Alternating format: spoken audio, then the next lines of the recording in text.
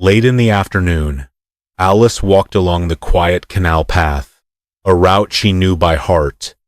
The last camera caught her passing under a bridge, calm, steady, unaware that someone else was just minutes behind her. After that moment, she simply disappeared. No sound, no witness, just a sudden break in the timeline that no one could explain. What happened on that silent stretch of towpath would trigger one of London's largest searches and uncover a truth darker than anyone imagined. Before we get into the story, I want to know what time you are watching this. So, get ready to dive deeper and uncover the truth.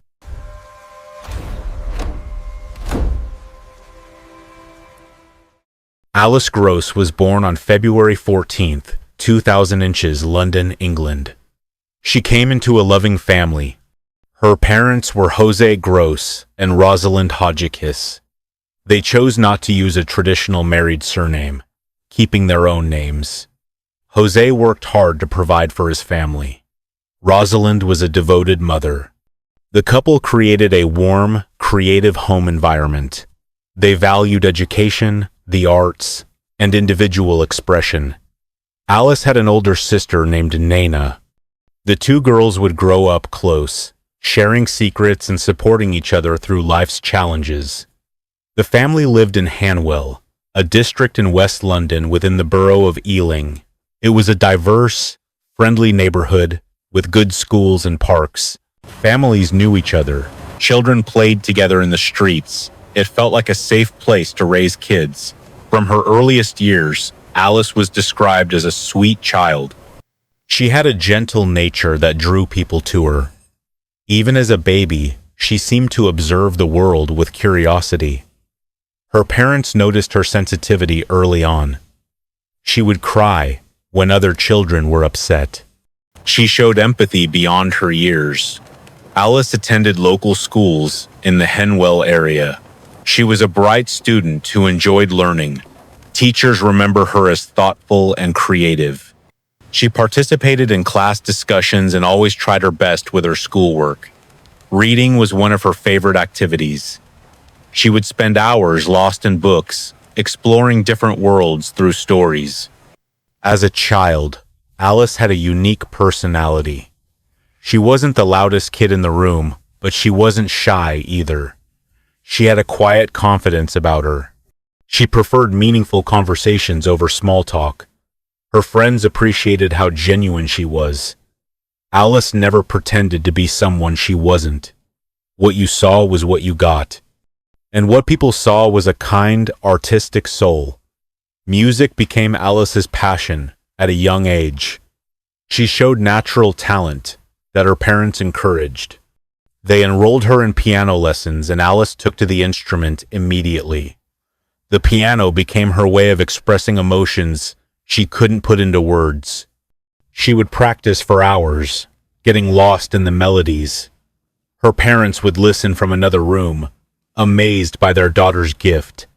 Alice also learned to play the violin. Managing two instruments showed her dedication and discipline. She would perform at school concerts, her nerves transforming into confidence once she began playing. The audience could feel the emotion in her music. Teachers told her parents that Alice had something special. She didn't just play the notes, she understood the music. Alice loved nature and animals. The family had 3 cats named Lottie, Louis, and Patty. They also had a dog called Peggy. Alice would spend time with them, finding peace in their company. She would draw pictures of animals and landscapes. Art was another outlet for her creativity.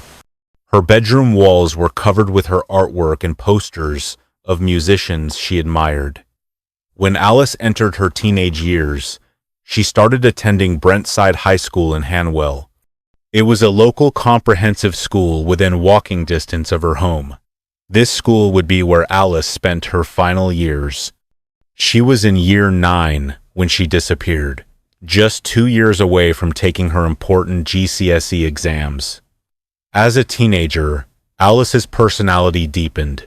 She became more thoughtful and introspective. She questioned the world around her. She developed strong opinions about social issues. She believed in fairness and equality. Her family described her as having a strong moral compass. Alice stood up for what she believed was right, even when it wasn't popular. At school, Alice continued to do well academically. She wasn't obsessed with getting perfect grades, but she worked hard. She particularly enjoyed subjects that allowed for creative expression. English literature was a favorite. She loved analyzing poetry and discussing the meaning behind stories. Her teachers appreciated her thoughtful contributions to class discussions. Like many teenagers, Alice used her phone to stay connected with friends. She had an iPhone that she had personalized. The back case was cracked, and Alice had colored it in with felt-tip pens. This small detail showed her creative spirit. Even a broken phone became a canvas for her art. But Alice's teenage years weren't without challenges. At age 14, she was diagnosed with anorexia. This eating disorder affects millions of people, causing them to restrict food and become dangerously thin. Alice's family noticed changes in her eating habits and her relationship with her body. They immediately sought help for her. Alice was receiving treatment and working through this difficult time. She also dealt with depression. Mental health struggles can affect anyone regardless of age or circumstances. Alice was brave enough to acknowledge she needed help. She was vulnerable about her struggles. Her family supported her through every step. They wanted her to know she wasn't alone. They were determined to help her get better. In the months before her disappearance, Alice was focused on her health.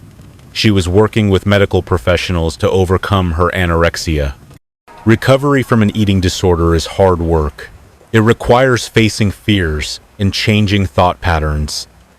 Alice was trying. Some days were better than others. Her family stayed hopeful that she would fully recover. School was going well for Alice. She had plans for the upcoming academic year. She was looking forward to continuing her music studies. She had performances coming up where she would play her violin and piano. Her teachers had high expectations for her. They saw her potential. Alice's daily routine in the summer of 2014 often included walks. She loved being outdoors. The Grand Union Canal towpath near her home was one of her favorite places. She would walk there to clear her mind. She would walk there with friends. She would walk there alone when she needed to think. The path felt like her special place. It was peaceful, it was beautiful, and she felt safe there. Alice's story intersects with that of a man named Arnis Zalkalns. He was 41 years old in 2014. He was originally from Latvia, a small country in Northern Europe that's part of the European Union. Zalk had dark brown hair that he usually wore tied back in a ponytail. He was about 5'10" inches tall, with a stocky build. He worked as a builder and general laborer at construction sites around West London. But Arnis Zalkalns was hiding a dark and violent past. In 1997, when he was in his mid-20s, Zalkalns committed a horrific crime in Latvia. He murdered his wife, Arnis Zalkalns. The details were disturbing. He had stabbed her through the heart. He had beaten her with a steel bar. Then he buried her body in a shallow grave in a forest near their home in Riga, the Latvian capital. The murder was brutal and deliberate. In June 1998, Zalkalns was convicted of this crime. He was sentenced to 8 years in prison. Under Latvian law, he was also convicted of illegal possession of a weapon. This wasn't a crime of passion or an accident. This was calculated violence. Zalkalns served only about 7 years of his sentence. In Latvia, like many countries, prisoners can be released early for good behavior. Around 2005, Zalkalns was set free. Instead of staying in Latvia, where people knew his history, he decided to leave. he traveled to the United Kingdom. By 2007, Zalkalns had settled in London. He found work as a builder. It's a common job for immigrants, especially those from Eastern Europe. The construction industry doesn't always do thorough background checks. Zalkalns began building a new life in Britain. He found a partner. They had a child together. To outsiders, he seemed like a regular working man. No one in the UK knew about his violent past. There was no system in place to flag his murder conviction from Latvia. In 2009, something deeply disturbing happened. Zalkalns was arrested in the Ealing area of West London. The charge was serious: assault of a young girl.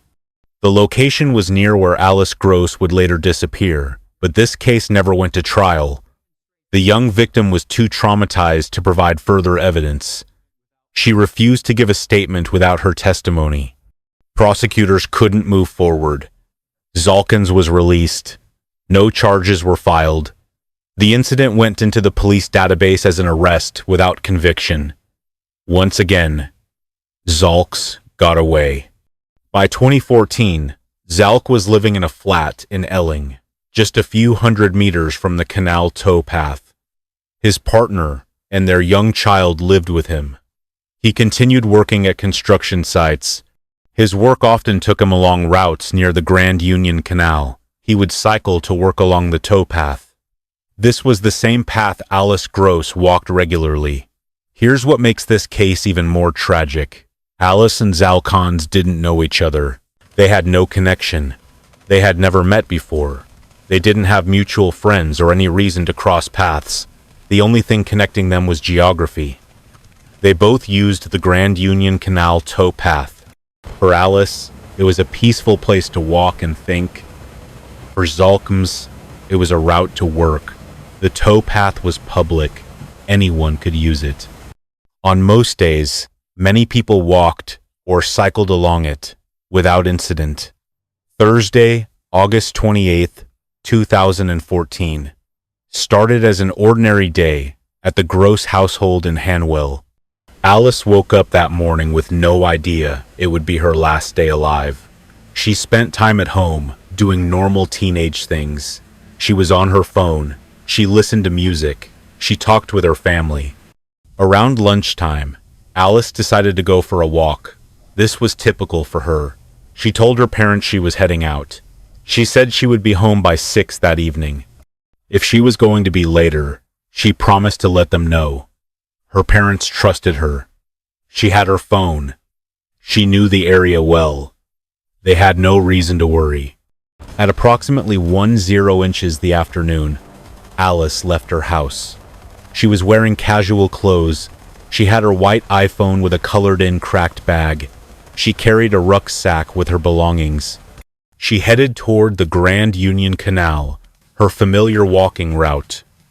Alice walked along the towpath, enjoying the sunshine and the peaceful scenery.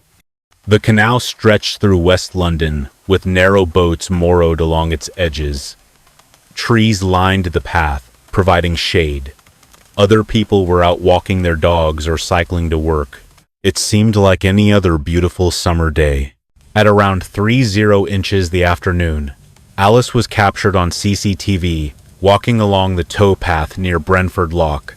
She was alone, walking at a steady pace toward Kew. She looked relaxed and comfortable. Nothing in the footage suggested she was worried or in distress. About 45 minutes later, at approximately 3:45 p.m., more CCTV footage caught Alice. This time, she was walking back along the same path, heading home toward Hanwell. She had made it to Kew and was now returning as planned. She should have been home within the hour. At 4:26 p.m., Alice appeared on camera one final time. She was walking under Trumpers's Way Bridge on the canal towpath. She was still alone, still walking steadily homeward. This was the last confirmed sighting of Alice Gross alive. After this moment, she simply vanished. What Alice didn't know was that danger was very close. Just 15 minutes before she passed Brentford Lock earlier that afternoon, another person had been captured on the same CCTV cameras. This person was on a bicycle.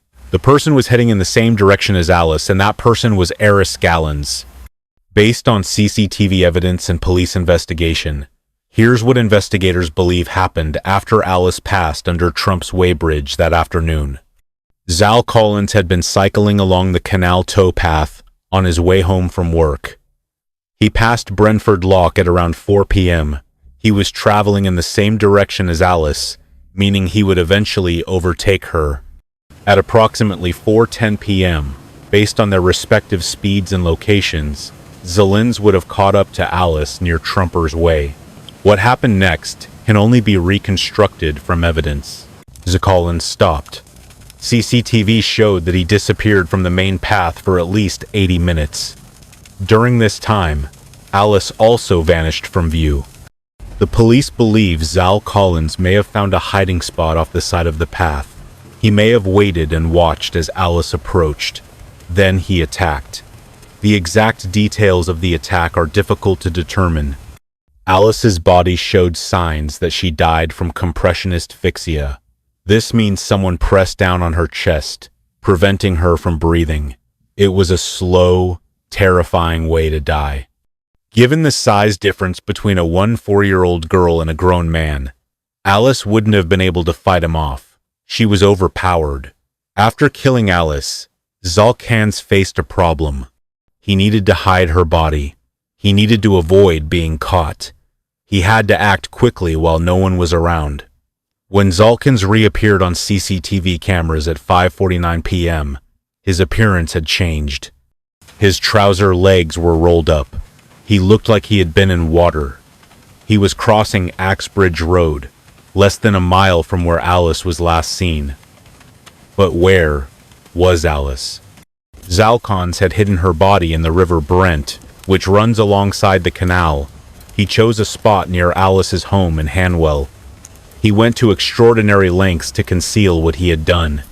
Alice's body was found naked except for one sock. She was tied in a fetal position. She was wrapped in black garbage bags. These bags would later be matched to a roll of bags found at Zalkalns' workplace. He weighted her body down with a bicycle wheel and heavy bricks.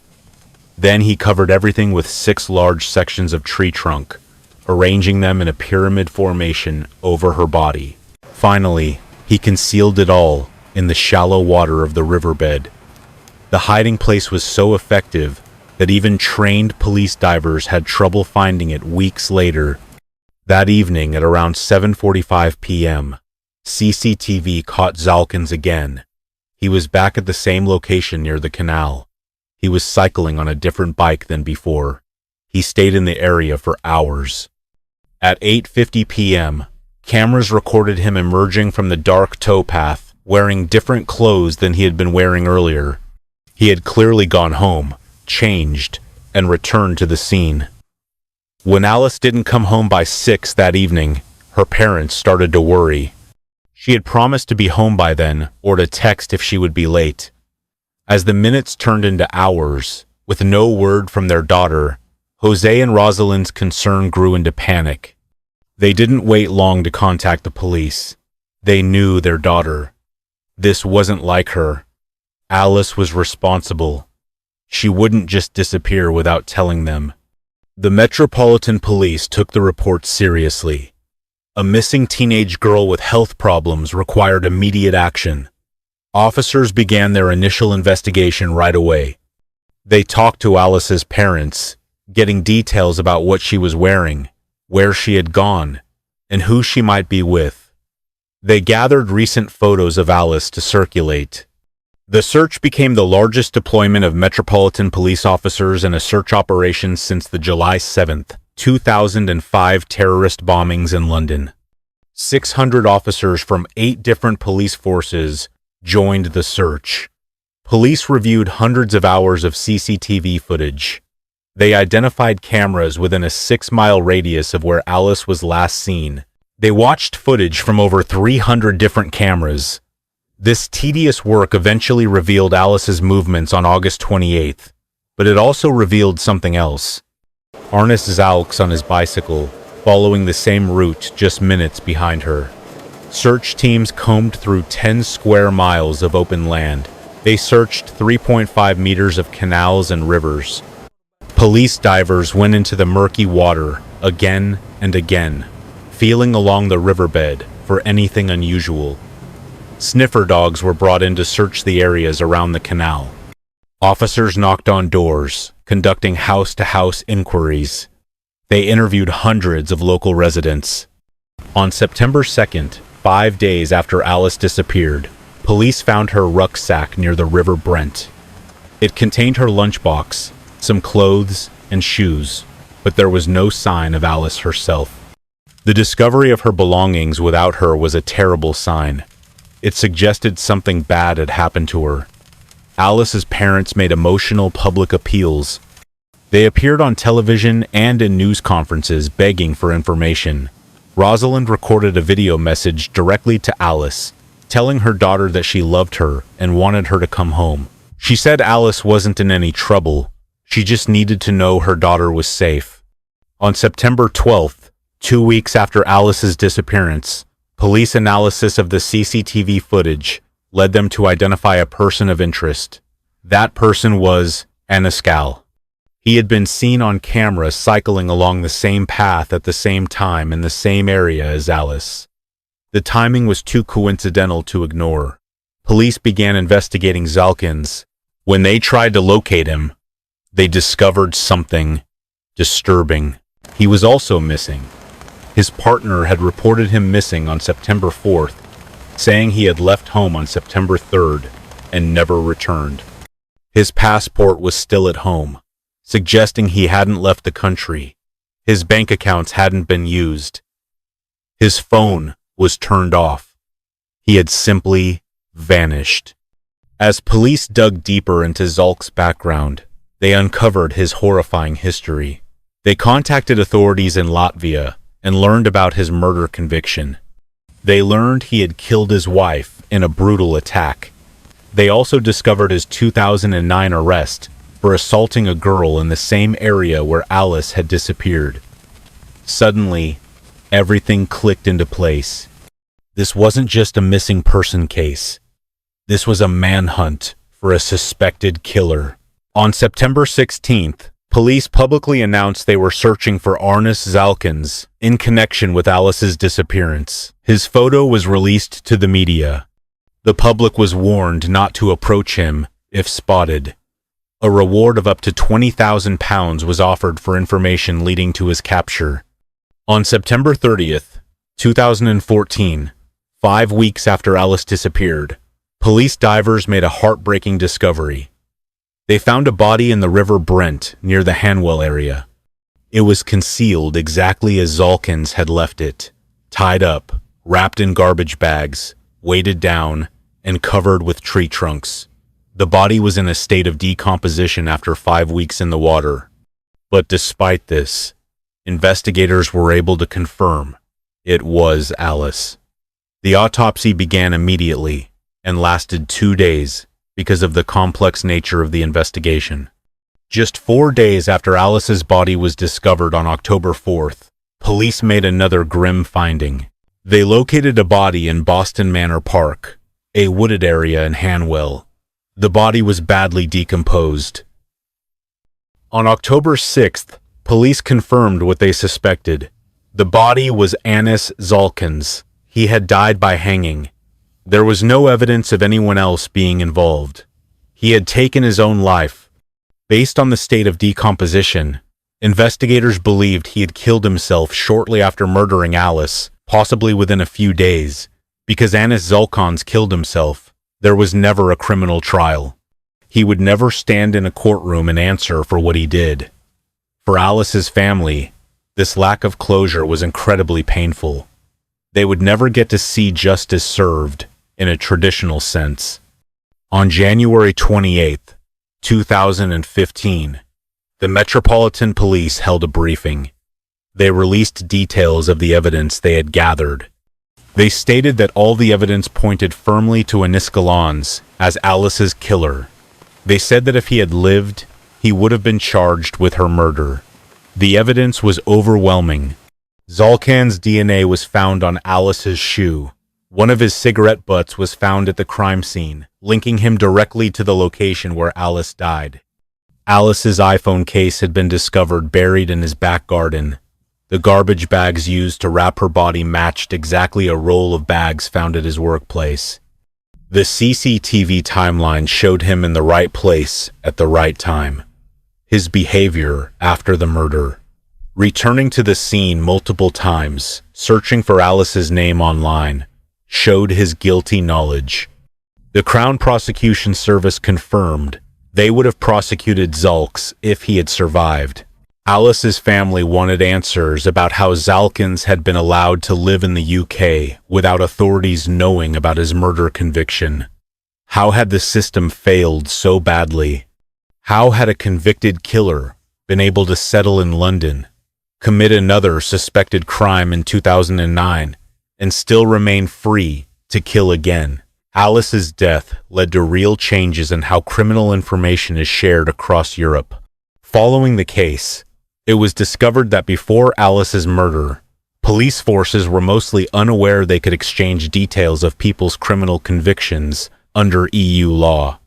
This lack of knowledge and lack of simple systems meant dangerous people could move between countries undetected. After Alice's death, the Metropolitan Police implemented a new policy. Now, when a foreign national is arrested in London, police automatically perform background checks with their home country. Other police forces across the UK move toward implementing 100 checks as well. It's a small change that could save lives. The case also sparked broader discussions about improving the European Criminal Records Information System, making it easier and more automatic for police to access this information could prevent future tragedies. Thank you so much for watching this documentary about Alice Gross. If you found this story important or moving, please subscribe to our channel and hit that notification bell so you never miss our videos. Leave a comment below sharing your thoughts about Alice's case. See you in the next video.